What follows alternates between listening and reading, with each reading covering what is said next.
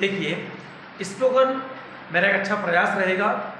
आप किसी भी स्तर के या किसी भी कक्षा तक पढ़े हुए हो, आप कम से कम बातचीत करने के हिसाब से कुछ वर्ड को तैयार कर लेंगे तो आप बेहिचक कहीं पर भी किसी के सामने वाले बोलने की चीज़ को समझ सकेंगे या छोटे मोटे स्तर पर आप भी बात कर सकेंगे। जैसे देखिए, आपको वर्ब का प्रयोग करना सीखना है। वर्ब 3 प्रकार की होती है, फर्स्ट, सेकंड एंड थर्ड। लेकिन उसको फर्स्ट को प्रेजेंट बोलते हैं, सेकंड को पास्ट बोलते हैं और थर्ड को पास्ट पार्टिसिपल बोलते हैं।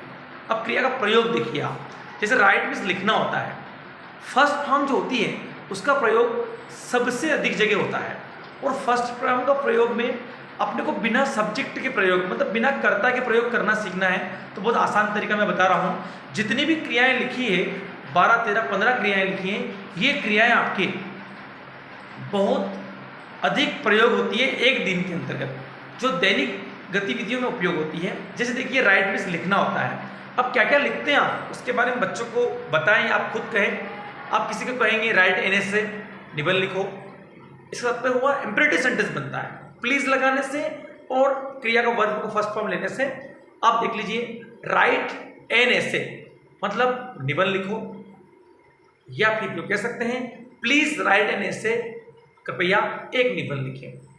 प्लीज और काइंडली यूज भी कर सकते हैं, दोनों शब्द का मतलब कृपया निकलता है। अब इस तरीके से रीड मीन्स पढ़ना होता है। क्या क्या पढ़ते हैं आपको मालूम है? Read this newspaper, please this newspaper, तो प्लीज रीड दिस न्यूज़पेपर, इस तरीके का वर्ब का प्रयोग करें। कम मीन्स आना, कम हियर, है ना, गो देयर, इसी प्रकार से आप प्रयोग कर सकते हैं। जितनी भी क्रियाएं दे रखी हैं, आप अपने घर पे छोटे छोटे बच्चे जब अपने पास होते हैं, उनको या किसी भी व्यक्ति को इस प्रकार के सेंटेंस का प्रयोग करके बता सकते हैं। जैसे देखिए, मैं बोल रहा हूँ, समझना मेरा, है ना, मेरे को किसी से पेन चाहिए, तो मैं उससे बोलूँगा गिव मी यूअर पेन, मुझे आपका पेन देना। गिव मी यूअर बुक, या फिर ब्रिंग मीन्स लाना, तो अपन बोलेंगे bring a glass of water, मतलब एक गिलास पानी लाओ। ब्रिंग मिल्क अपन प्रयोग करते रहते हैं। टीच मीन्स पढ़ाना। तो अपन जितने भी क्रियाएं हैं, इन क्रियाओं का इस तरीके से प्रयोग करें।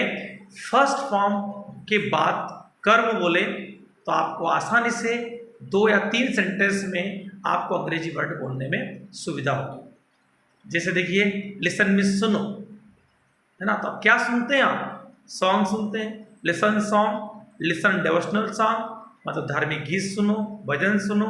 जो भी रिमेम्बर में याद करना होता है, क्या याद करना होता है, बच्चे से कह सकते हैं आप remember question answer, remember an ऐसे। इस तरीके के सेंटेंस का प्रयोग करके स्पोकन की ग्रोथ कर सकते हैं।